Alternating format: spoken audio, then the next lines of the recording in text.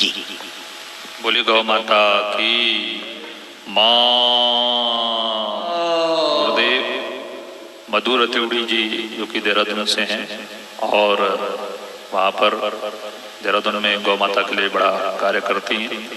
वहाँ पर ये भक्त लोग लगे हैं गौ कथा के लिए, जो कि थानों में गौधाम में जो कि शरण जी की कथा होनी है उसमें सभी लोग लगे हैं। प्रश्न करते हैं गुरुदेव के चरणों में प्रणाम। गुरुदेव, आजकल इंसान साथी कम और स्वार्थी ज्यादा हो गया है। क्या कलयुग का प्रकोप है या मतलबी वक्त है? ईर्ष्यालु व्यक्ति से कैसे बचें गुरुदेव? कृपया मार्गदर्शन करने की कृपा का। देखो, समय का तो असर होता ही है और हमारे यहाँ तो कर्म का सिद्धांत है।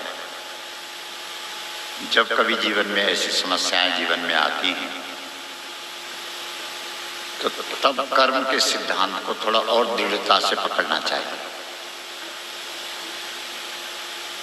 काहू न कोऊ सुख दुख कर दाता, निज कृत कर्म भोग सब भ्राता।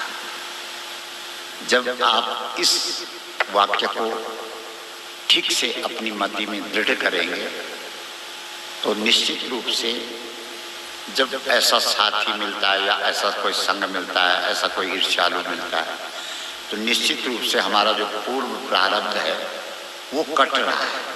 इस भाव को रख करके उसको विरोध न करके और उसको अनुरोध करते हुए आगे निकल जाना चाहिए।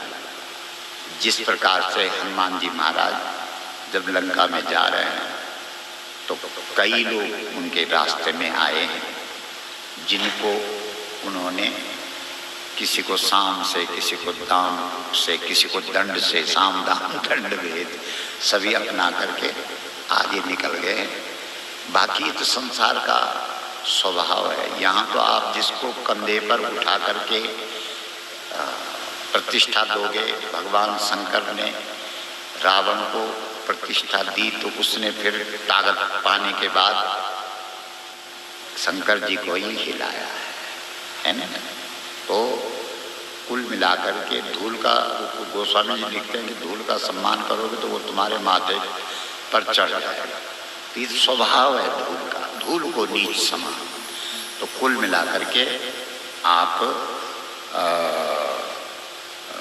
जिसकी दुकान में जो है वो वही चीज़ देगा।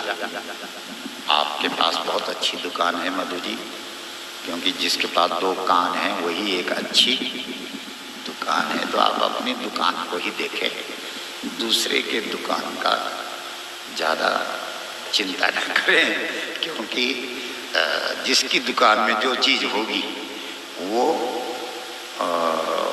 वही चीज़ देगा। तो इसलिए इसमें दुखी होने की कोई बात नहीं है। आप अपनी ही दुकान को अच्छी अच्छी चीज़ें उसमें रखें, अच्छा अच्छा लोगों को दें। तो यही इसका शास्त्रोचित उपाय है। जी।